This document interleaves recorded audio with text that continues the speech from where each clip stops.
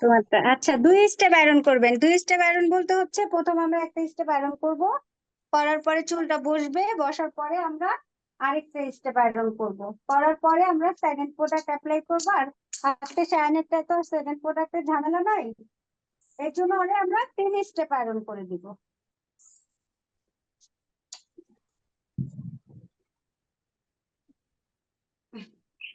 এখন আয়রন করতে যতক্ষণ সময় আপনাদের লাগে,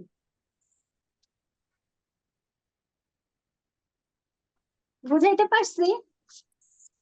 জি জি আপু, বুঝতে পারছি। আপু।